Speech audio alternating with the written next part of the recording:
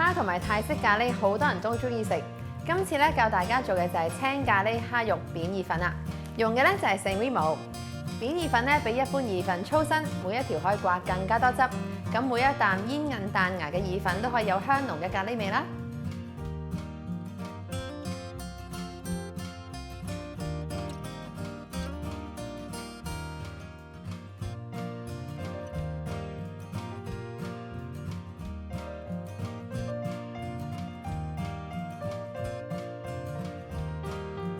首先咧，我哋將蝦洗乾淨，然之後去腸。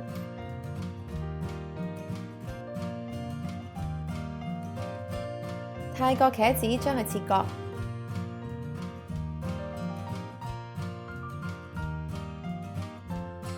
煲滾一煲水，加少少鹽，然後加入 San Remo 扁意粉，煮到扁意粉軟硬適中。San Remo 扁意粉100%採用非基因改造嘅小麥製造，不含防腐劑、添加劑同埋人造色素，令人食得安心。煮緊扁意粉嘅時候，我哋就可以準備煎蝦，將中筋麵粉、鹽、胡椒粉撈勻，用中高火燒熱一個鑊，加少少油，將啲蝦撲上麵粉，將蝦落去煎到金黃色。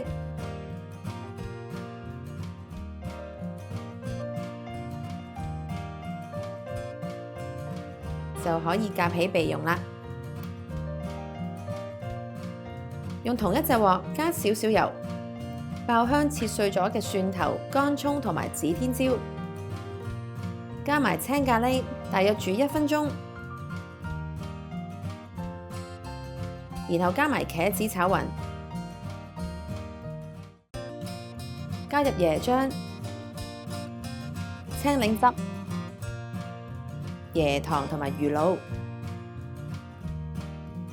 將火調低去到中火，煮滾之後咧，加入蝦、扁意粉同埋金不換，撈勻之後上碟，